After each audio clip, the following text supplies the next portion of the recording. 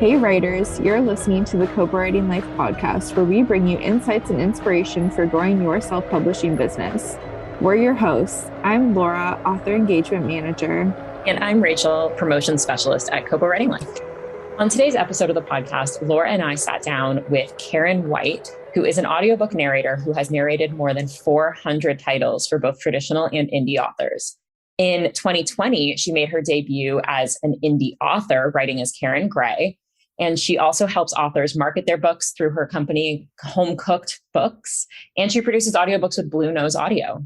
We spoke to Karen about her work as an illustrious audiobooks narrator, her transition into an indie author career, and her advice for authors looking to market their audiobooks. I feel like we could have talked to Karen for another hour about all things audio. So if you are looking to start producing audiobooks or you are looking to promote your audiobooks, definitely listen, and we hope you learn a lot. All right, we are joined today by prolific audiobook narrator, audiobook producer, marketer, and author, Karen White, also known as Karen Gray. Karen, thank you so much for joining us today. I'm really happy to be here. Thanks for having me. To kind of kick things off, would you mind telling our listeners a little bit about yourself?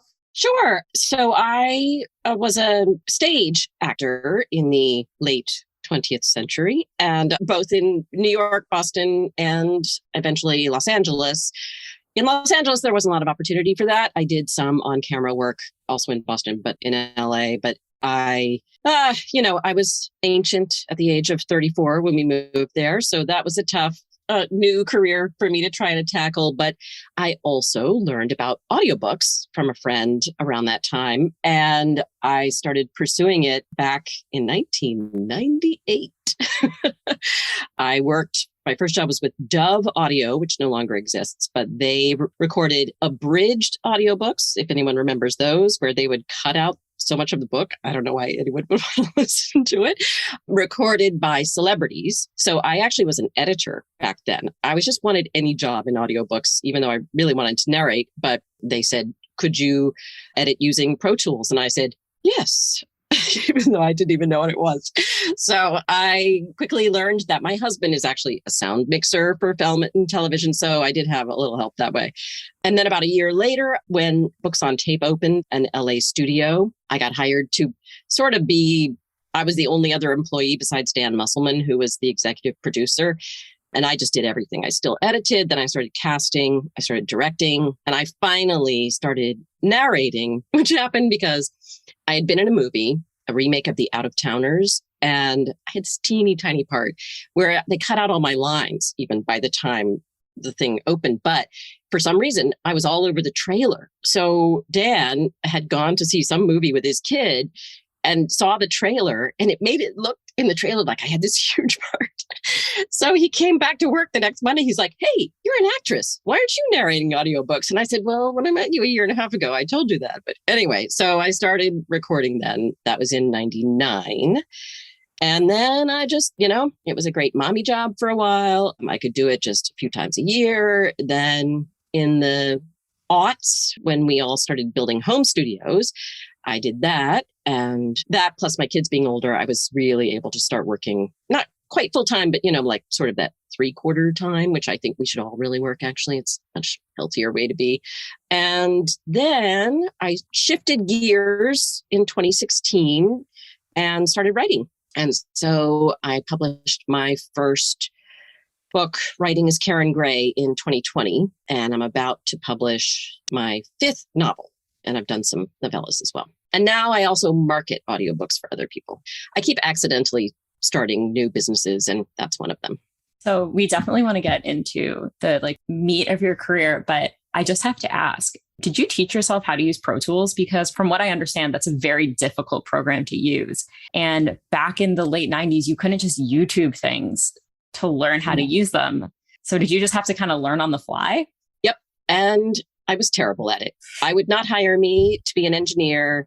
When they hired me back then, there would be so many people making an audiobook as opposed to, no one can see me on the podcast, but you can see me. I'm in my little booth. And now the majority of people who are recording audiobooks are doing it all by themselves.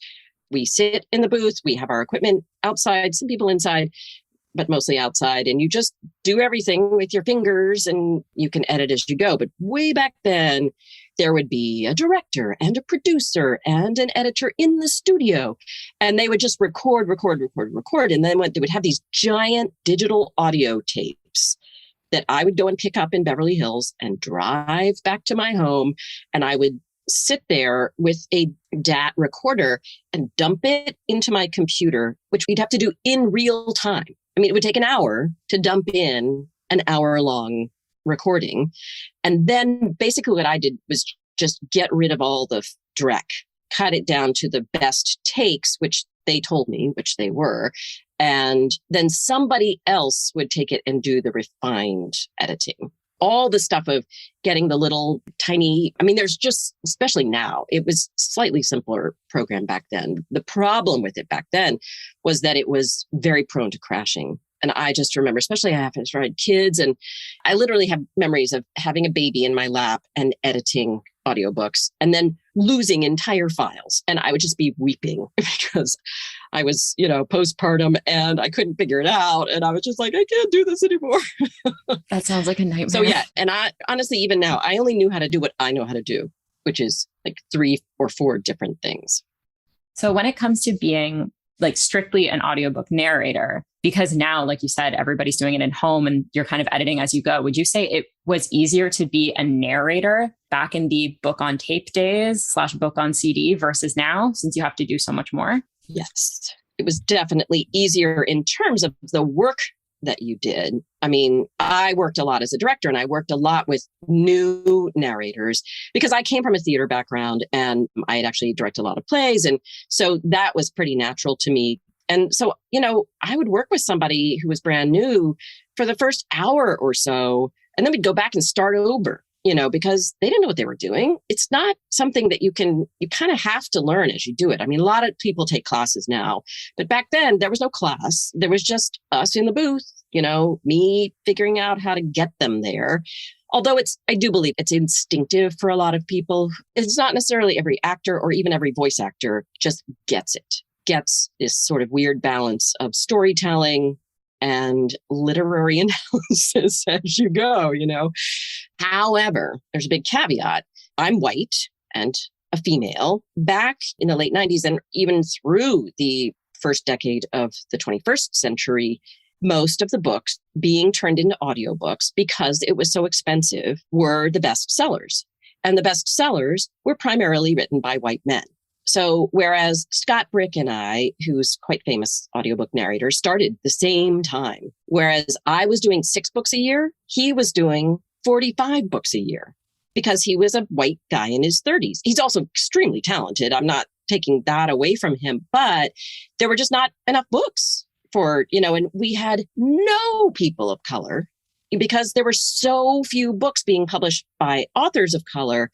We had just a handful of people who would read those books, but also then could also read other books. But it was still primarily white guys. So that part of it, being able to actually have a career, was almost impossible until audiobooks became much cheaper to make, which means working at home and self-editing. So it's a give and take. It also means you don't have to live in LA or New York, which is where most of the studios are, which is more expensive. Do you have any advice for authors, maybe indie authors, who are wanting to produce their own audiobooks? You mean record their own audiobooks? Narrate their own audiobooks. My main advice is do not do it. We were wondering if that's what you were going to say. Yeah, I think I could probably count on 2 hands the number of authors who are really good at it. Neil Gaiman, the Georgia author who I love her so much, I can never remember her name. And every single one of them is either British, and those people just know how to speak in a way that we want to listen to, or they have an acting background. So the caveats are, if you have an acting background, like you really trained as an actor. I mean, I went to graduate school for 3 years where I rolled around on the floor and made crazy noises to make my voice reactive and reflective of my emotions and thoughts, right? So that's like a crazy amount of training. So if you've done that, then you could, although there's a sort of cost, it's worth it to buy all the equipment that it requires to record an audiobook if you're going to be doing it, for years and most of your time. But to do it just to record your own books is not very cost effective. The other reason that most publishers will have an author record their book is if it's a memoir, when it's your story. So there is a test that a lot of coaches who teach audiobook narration tell people to try when they want to. My kids like it when I read. Everyone says I has a good voice. I should narrate audiobooks. The test is that you have someone else choose a book, one that you don't necessarily like, just hand you a book, go into a closet that's pretty dark and sit there and read out loud for 2 hours. If you can do that without your voice dying and going insane, maybe you could be a good candidate. I think that's a really good test. I had I don't want to brag, but I've been told that I have a relatively decent voice. And so for a while I was like, oh my God, I'd be a great voice actor or audiobook narrator.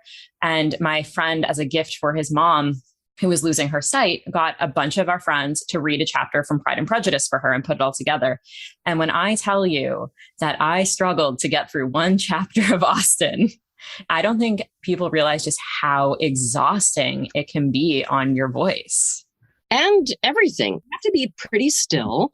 I mean, you see when I talk, I use my hands, but you have to be really careful. I've got my main mic pushed out of the way, but if you move around too much, you're going to hit the mic, and you can't do that. Also, you have to not make a lot of noise. So that's another reason you have to sit still. And I think when I was directing new narrators, one of the hardest things is when you make a mistake to go back and start the section again with the exact same level of energy, emotional life, thoughts. I mean, to be able to re-enter, that is a skill that is very hard to develop, especially when you've made the same mistake over and over and over and over again, which everyone does. So the skill is to be able to just be all zen about it and just let it go so that you can go back. And when it gets edited together, it doesn't sound, all herky jerky because you were going along and you were reading this story and then you made a mistake and God damn, you're so mad that you can hear that in your voice, So sorry, I almost swore I stopped myself pretty much in time. Swear away. Right. Okay, good. So yeah, there's skills that you don't think about ahead of time. Just a couple more questions about narration before we get into your marketing and production advice. Do you read everything before you narrate the audiobook? Do you read the book front to back first? Oh, yeah. To me, I mean, I know I've heard of situations, and I think I had one where the book was still being written, or, you just can't get the whole thing. I know that was true for parts of the late Harry Potter books, or the book is embargoed, they're just really being controlling about it getting out. But I don't understand how you couldn't, because you have to know whether it's nonfiction or fiction. You've got to know the tone of the book. You got to know where it's going. You have to know the arc. When I started recording audiobooks, we were directed, the sort of style of the time was to read to people. Back then, I think you maybe could get away with not reading it ahead because it was much more, it was a distance that was between you and the listener.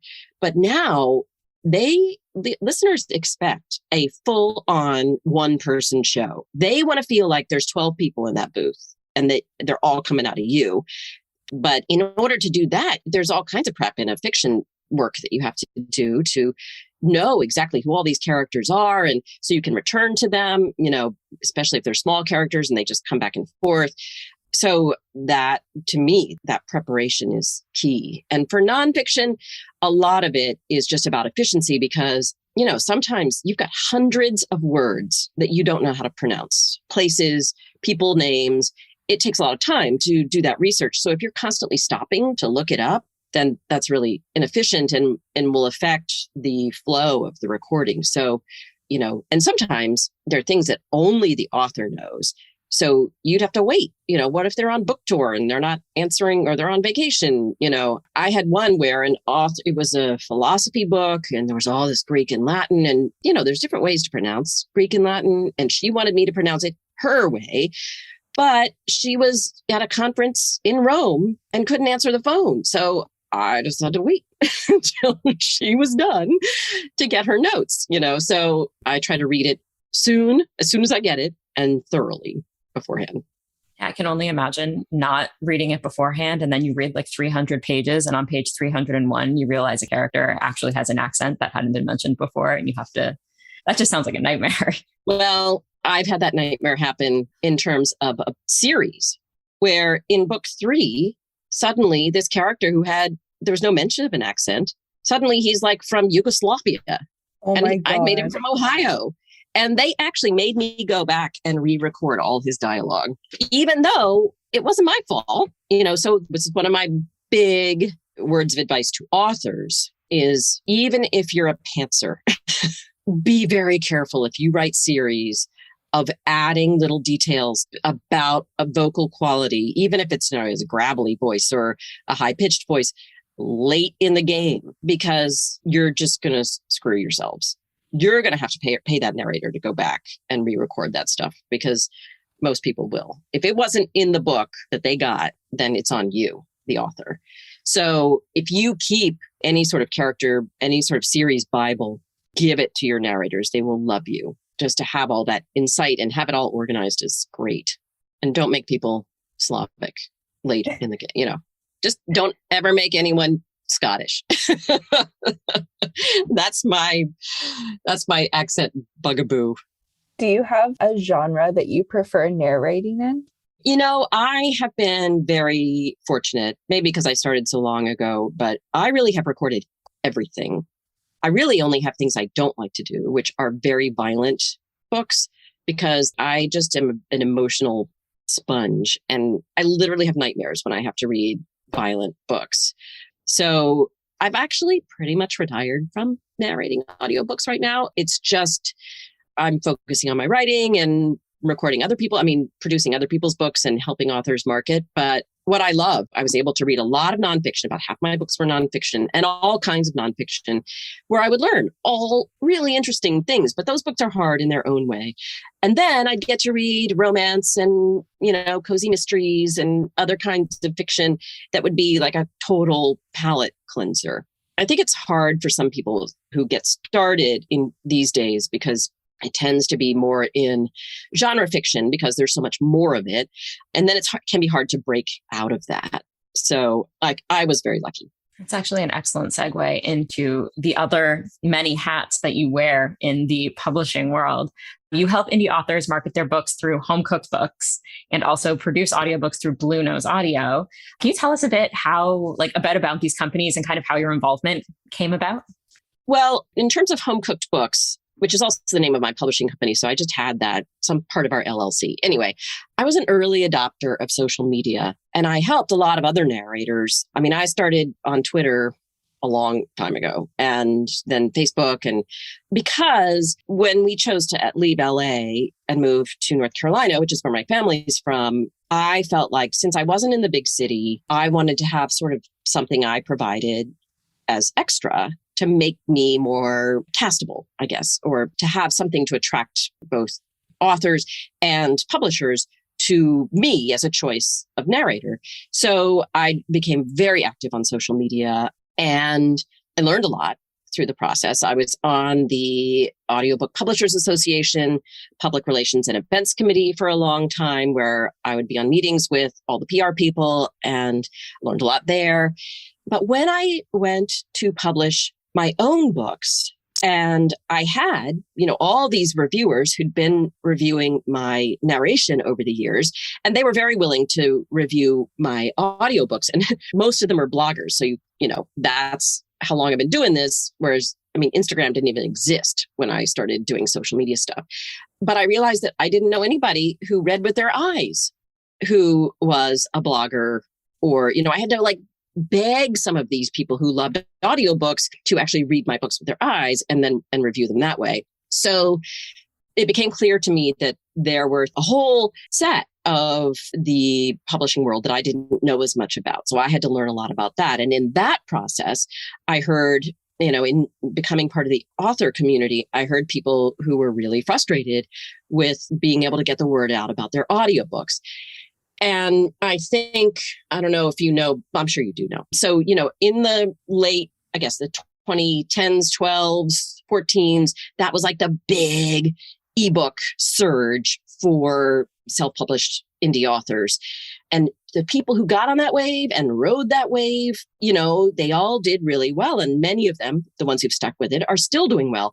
The people who came right after that wave, I think, get really frustrated because they're like, why didn't I do it then?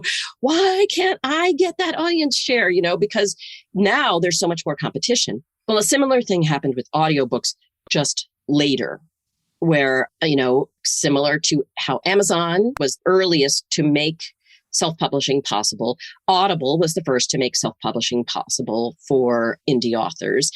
And in the beginning, they were very generous with the percentage that you would get. And they were very generous with things like giveaway codes. So it was, and also there were not as many books being published like in genre fiction because the publishers couldn't be bothered. They don't, just like genre fiction in print, there's not as much respect for it. There's not as much marketing that goes into it. So, they put them out. They're glad to take the money in, but not all this marketing money goes into it. So indie authors, at least in romance, figured out pretty quickly that, I have to do all this marketing anyway. I'm going to just do this myself. And a similar thing happened in audiobooks. So again, the first wave of people who published indie in audio, there was this huge need for it because there was, these people like, oh, I can listen to my favorite author's whole series. So it was very easy for them to get that market share. Now that there's so much more product, it's very hard to get attention. And in fact, like in, I would say 6-7 years ago, you put up download codes in a Facebook fan group and people would snap them up and then, write your reviews. Now you have to beg people to take those codes. And most of them will take them and then not even listen. So it's become a lot harder to make back your investment in audio unless you are marketing them and you are marketing them to the right people.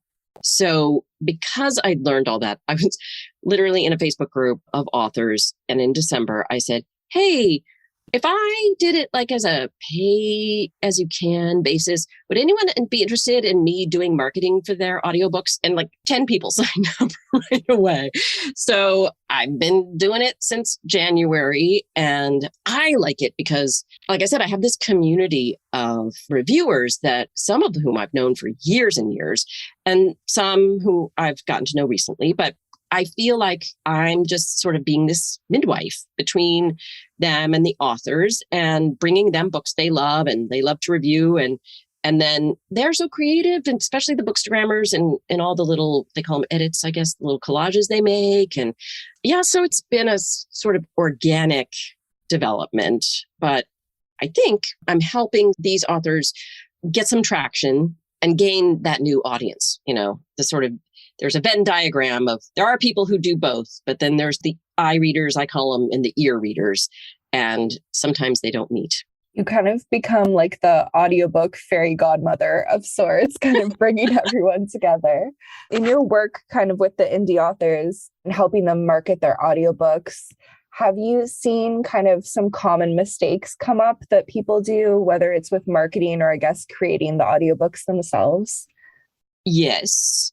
Or I think the most mistakes come from not thinking things through, or, the whole industry, people not doing best practices that we would do in the ebook world, in the audiobook world. For instance, one thing I always recommend is when you are putting together the credits that you want the narrator to record, and anything that you want a narrator to record, you really need to get to them before the process starts, not afterward when you're like, oh, shoot, I wanted you to record the blurb. Oh, shoot, I wanted you to do this, because then it's a whole lot more work for everybody. So any of these things you want to do, you should really do it ahead of time. But one thing I suggest, and it is a lot harder to adjust these things than it is in an ebook, you can just constantly change your back matter to direct readers to the next book. So what I suggest people do is have the narrator record a very generic teaser intro that says, keep listening for a sample of another book by Karen Gray. Because when I'm having book 1 recorded in, say, my new series, which my new series is called the Carolina Classics series, well, I don't have book 2 in the series ready yet. Eventually, I would like to direct the listener to that next book. But what I do have is the first book in my first series. So what I can do is plug in the first chapter of book 1 of the Boston Classics series. Then later, when I have book 2 of Carolina Classics ready, I can pull out book 1 of Boston Classics and plug in book 1 of Carolina Classics. And you have to do this all before the outro or the closing credits, just like you would in your back matter in an ebook. But you have to have, you could just shove that chapter in there, but people won't know what it is. Another thing is in your closing credits, I recommend either people say nothing about how to contact the author or follow the author, or they give 12 options that no one can remember. Because you have to remember that people are listening. So, for instance, and I can't remember who I stole this idea from, but I have the domain name followkarengray.com. And then that goes to the sign up page for my newsletter. So at the end of every audiobook, and I narrated my part of my first book, but then I have other people doing the other books. It just says to make sure you don't miss the next book by Karen White, sign up for her newsletter at followedkarengray.com. So just any sort of simple direction with a very simple place to go to. I think people just don't think to do it. And I brought these ideas to Bluenose Audio. So we offer that as a suggestion to all of our authors. That's such a smart idea. I think the biggest mistake that a lot of authors do, though, is that they're not audiobook listeners. So they go into the process not really knowing much about it. They just think, oh, I should do this because all my friends are doing it, or people are making money at this. So that's my other big word of advice. If you're not a listener, find someone in your circle who is, and, just have them be your sounding board when you're trying to make any decisions, because you just have to know it's just a whole other art form, with listeners that are more, or ear readers, as I call them, more and more and more discerning, demanding certain expectations. And if you ignore those, you will suffer. Not to be harsh. Harsh is good. Harsh is honest. Now, this could be my own ignorance, but when it comes to like eye readers versus ear readers, correct me if I'm wrong, but it seems like there are so many more avenues to find eye readers than there are to find audiobook listening communities. Like there's like Goodreads, Book Talk, like it just seems much more accessible. And I don't want you to give away your trade secrets here, but do you have any advice for authors who are trying to find audiobook, like beta listeners or reviewers? One simple thing is that there are quite a few Facebook fan groups that are full of dedicated listeners, and they can be really good resources. I recommend that if you're not already an audiobook fan and you don't plan to become one as an author, you can kind of pretend to be one by joining these groups and just, listening, looking, seeing what they're talking about. I regularly go in there, and the way you can find them is the way I always am looking for new ones. So you just search Facebook groups for audiobook, your genre, narrator, and you will find these groups. And if you follow my Homecooked Books newsletter, if you join my newsletter, you do get some of these resources in the first couple of emails, just saying. But then when I'm in those groups, there's a great place to announce an audiobook release, to give away some of your download codes or just free copies of your audiobooks. So I regularly go in there and do a search within the group of favorite narrator, favorite male narrator, new female narrator, just to see who they're talking about, because I like to know who. Another mistake I think a lot of people make is that they don't think about marketing when they're casting their audiobook. If they do, they think they need to use one of the big 10. There's about 10 that are, especially in romance, that are the biggies in their field. Similar in fantasy and in mystery. And yeah, your book is more likely to sell if you do have one of those big narrators, but you are going to pay many of them twice as much, if not more, than you would pay another skilled and experienced narrator. So what I'm always trying to find is the ones that are on the way up, the ones that they're just starting to talk about this guy or this woman. And then readers get excited because you've brought them someone new. For instance, and what I often do, because if you have first person, for books written in first person, you really have to cast matching the narrator with the gender of the narrator, gender and cultural background of the narrator with the character. And so I write first person and dual POV. So I'm always using two different narrators. And so what I often try to do is get a very popular narrator in the genre with someone who is new. And in my last book, Child of Mine, I had Erin Mellon do the female part, and she's a friend of mine, but she's also extremely popular in romance. And then this guy, Tom Taylorson, who I had heard from friends who he was great to work with, but was mostly working in fantasy and had done very little romance. And now everybody in romance loves him. He's so great. And, he's just got this very yummy voice. He's great at doing characters. So he's very experienced, but he just didn't have a name in romance. So, obviously, this is stuff I think about all day long. There's a lot of things that go into the marketing and the checklists that I send to people who are either my clients or, like I said, who sign up for the newsletter. You get part of the checklist. There's marketing decisions to be made before you cast the book, while the book is being recorded, before you upload, after you upload. Even, what's your distributor going to be? Are you going to go wide? Are you going to go exclusive? I have opinions about that. And each one requires a different marketing approach. So yeah, just like in ebooks, there's a lot of decisions to be made along the way. And you've already shared so much great advice. And again, I don't want to rob you of all of your secrets, but obviously at Kobo, we are fans of wide audiobooks. Do you have any advice specifically for authors who are releasing wide or who want to take their audiobooks to the wide world? Yes. One, I'm in Facebook group with authors who have been doing this a lot longer than I have, who are extremely smart businesswomen, and they do not upload direct to Kobo until I tell them to. And they're like, oh, okay. But the reason to do that, just like you would in ebooks, is that you can take advantage of Kobo promotions. And I think that's the thing that a lot of people don't think about as a reason to go wide, which is one, you can control your own pricing. So you can run a sale whenever you want, not when Audible feels like running a sale. And you can get immediate feedback on that sale or on advertising that you're doing.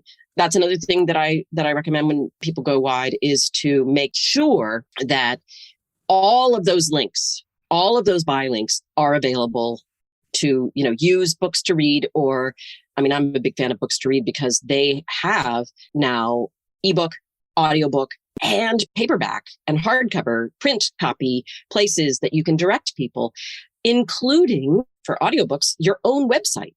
So you can include, if you use PayHip anyway. So I think the big advice is to upload direct when you can. And honestly, Kobo's the only one that allows you to right now. You have to go through a distributor for other retailers.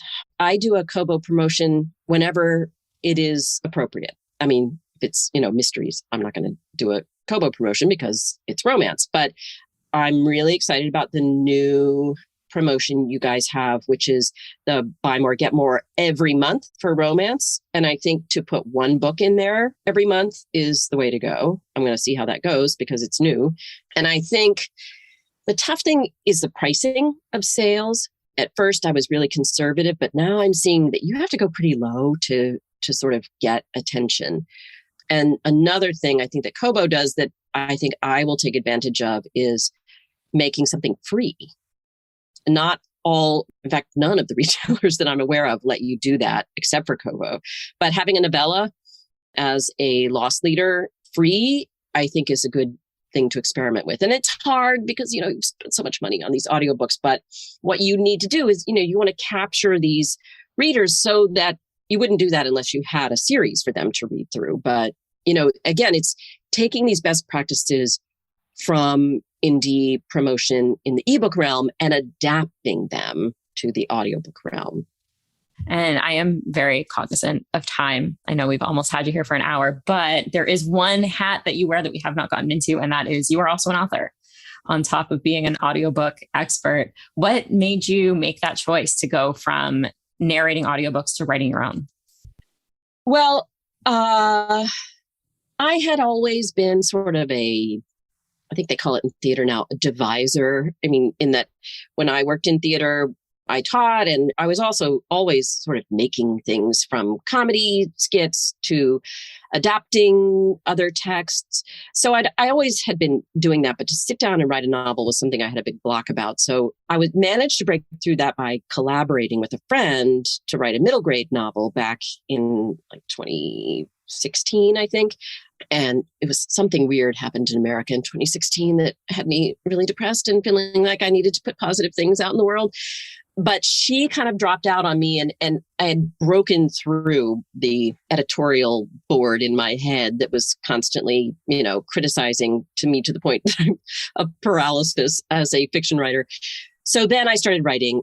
My other big idea was to write a series set in Boston in the 1980s about actors, which is what I was in the 1980s in Boston. And I thought a lot of books get written about movie stars, but very few books get written about working actors, people who just, that's what they do. They don't make a whole lot of money, but they make enough to live on, which is something you can do in Boston if you also teach and do commercials and blah, blah, blah. So I set it around a Shakespeare company, and it just, I learned as I went. I didn't know what a trope was when I wrote my first book, and I had to sort of it's an opposites attract when I had to figure that out to sell the book. And, I think I've gotten a little bit more savvy as I've gone. But what I did do was I'd been going to writer conferences and talking about audiobooks and about audiobook production and audiobook marketing for years. And what I would do when I would go to these conferences is do my little presentation, and then I would scurry around and go to the craft workshops and the publishing workshops.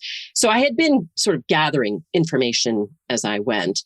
A lot of people say, oh, were you just reading those romances and you thought I could do it better? That wasn't really it for me. It was more that I was reading romances, not every single one, but many of them, I was like, these are good books.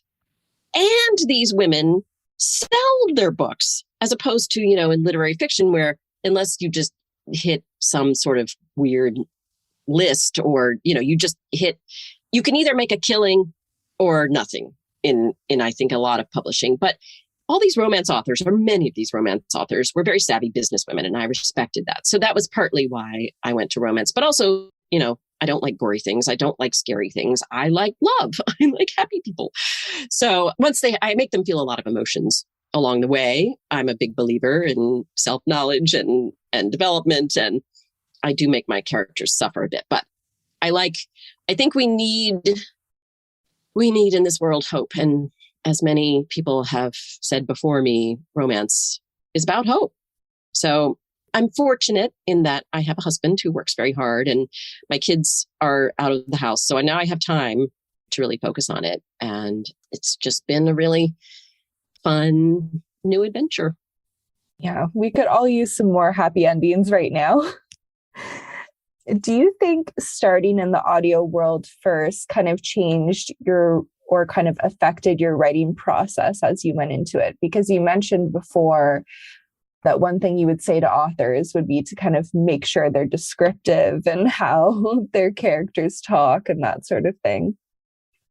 Yes. I think most bigger than that, I think being an actor affects how I write, in that when I record an audiobook, I go on that emotional journey. And when I write a book, I do the same. And I mean, I honestly really thought before I started writing that when authors say things like, oh, I didn't know where it was going, the characters were just telling me what to do, I thought that was complete bullshit. But that happens to me. You know, you just sort of get to know these people and suddenly they're just talking, you know, and I think for me, the dialogue always comes first. And I think that's because that's how my imagination works. That's why I ended up being an audiobook narrator. But it is definitely, I hear it in my head as I'm writing it. I do think it makes me, being a narrator, makes me more cognizant of dialogue that works or doesn't work. I do read them. I hate it, but I read my books aloud as part of the last process. And my ear is very attuned to, oh, that's really awkward. You can't put that word there. Also to repetitive words. Oh my God, I can't stand it when they're like the same word comes back 2 sentences apart. As a narrator, that was one of the things that really drove me crazy, unless it was obviously on purpose. You know, the person is making a point. But so, yes, there are things that I am hyper aware of. The thing I struggle with, and again, this is a lot more about how my imagination works, is the visual of it. I don't see what's happening. I have to make those characters do the blocking. You know, I'm like, what are they doing? Where are they sitting? You know, it takes me like the third edit to get to where I'm really seeing those details. And I know that's completely different for other authors. And you mentioned earlier that you don't narrate your own audiobooks, correct? Correct. And can I ask why that is? Partly because I wrote in first person, dual POV, so I couldn't have done the male part. Partly because, I mean, one of the reasons why as I said before we started recording, I had COVID last week. So I am still recovering from a cough, which is why my voice is so low and gravelly. But even still, my voice is aged.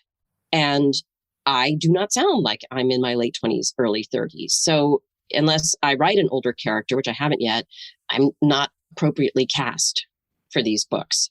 It's more expensive to have someone else do it, obviously. But it's also been really fun. It's what I imagine it. I've never written a play that I wasn't in. I only wrote theater pieces that I was a part of.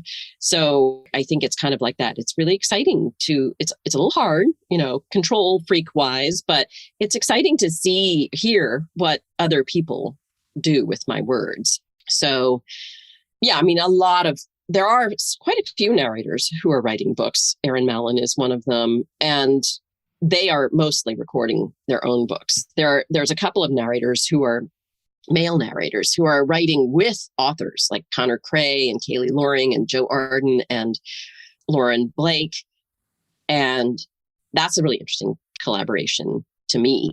It's sort of like the writer is the mentor in that, but the narrator is bringing their own point of view to it.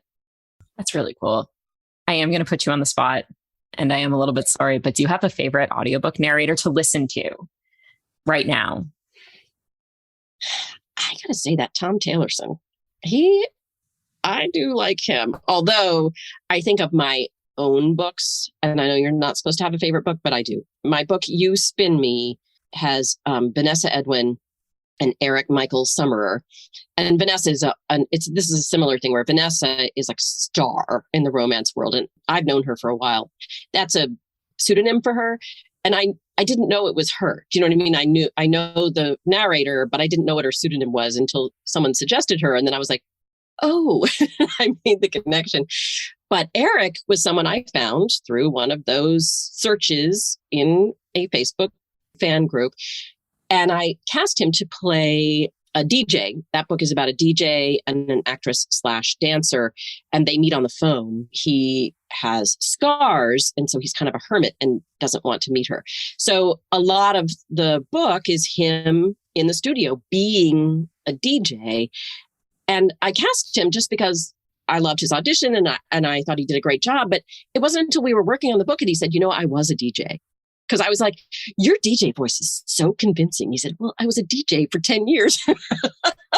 So I was just, the gods smiled on me in that casting situation because he really does sound. And I have a great engineer. And the beginning of those books, we created these little segments that sound like you're on the radio. We did everything we could except for use music, which is way too expensive to license. But we have sound effects and he sort of puts layers on the voice to make it sound like it's coming through a microphone in your car. And Eric it sounds to me like you're listening to the radio. And that was just, I think that's my thing is when a narrator is just particularly well cast, that's when I love to listen to them.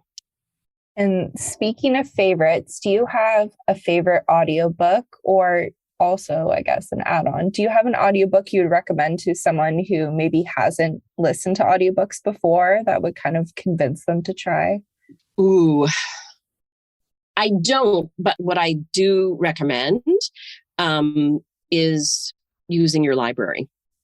Almost every library at least in America, I'm not sure about the rest of the world, or using like you guys have the Kobo Plus in some countries, using a subscription service or your library just to try it out. And a blogger years ago, when we were still trying to convince people that audiobooks were like a good thing to do. I mean, we don't have to do that quite as much anymore, but 10 years ago, we were really out there going, hey, it's really reading. Hey, this is, and a lot of very serious readers was like, I can't do that.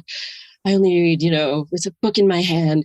And this blogger made the suggestion, when you're going to listen to your first few audiobooks, listen to something that you've already read with your eyes so that you're not, because I do think when I was a young actor studying Shakespeare, we learned a lot about how, our brains are wired differently now than they were in Shakespeare's time, because then the printer had not been the printing press had not been invented, nor had the printer. So most people got most of their information through their ears. So the wiring went from ear to heart, maybe if it was a feeling thing, or just to frontal lobe. If it was a thinking thing. That's how they were used to bringing in information from the news. They would talk about going to hear a play, not about going to see a play. Whereas now it's wired differently. Most of our information comes in through our eyes and then, into our head. So it is a connection that some people have to strengthen. So to have, already it can't be your favorite book of all time, because then you're going to be like, it's not how I thought it was going to sound. But it should be a book that already enough that if your mind wanders because you're not used to listening, then you don't get upset. That's my big recommendation. And I have one final question for you before we let you go. What are you listening to right now in the world of audiobooks? I will say that my favorite listen recently was Erin Mellon, who I've mentioned 3 times. So good for you, Erin. You're getting a big plug here. She was a playwright before she was a narrator and a fiction writer, and she still is a playwright. So she has this trilogy called These Walls Can Talk. And I helped her promote the release of the last one. And I went and listened to all 3 of them. The first one came out, I think, right before COVID. But these are multicast audiobooks, which are all the rage now. Very expensive, but certain things need to be done that way, written to be recorded. And that's, I think, that, just to make something multicast without it being written to be a multicast performed that way, I do think is a mistake. But this was written to be performed that way. And it's a very cheeky, behind the scenes look at the world of audiobooks. The egos of audiobook narrators versus audiobook editors versus authors. Even in the casting, she sort of wrote roles for people where she's making fun of them with the character. that she has written. And the performances are great. You can tell that they're all having a fabulous time. And the soundscape is also fun. Not something that, again, works for every audiobook, but it was written to be this way. So there's all these sound effects are great too. So that has been a really fun listen. It's not on Kobo yet, but it will be very soon. So that's my big recommendation, or that's what I've been listening to. Once it is on Kobo, I will be adding that to my library. And I lied. I have one more question before we let you go. Where can listeners find you? You can follow KarenGray.com to be on my newsletter list. That's how to find out about my new releases. And I do giveaways and I have free books from friends all the time on that newsletter. If you're an author or an influencer, say you love audiobooks and you like to review them, or you have a Bookstagram and you want to get into audiobooks, then definitely go to homecookedbooks.com. And that site has lots of different ways that you can find me.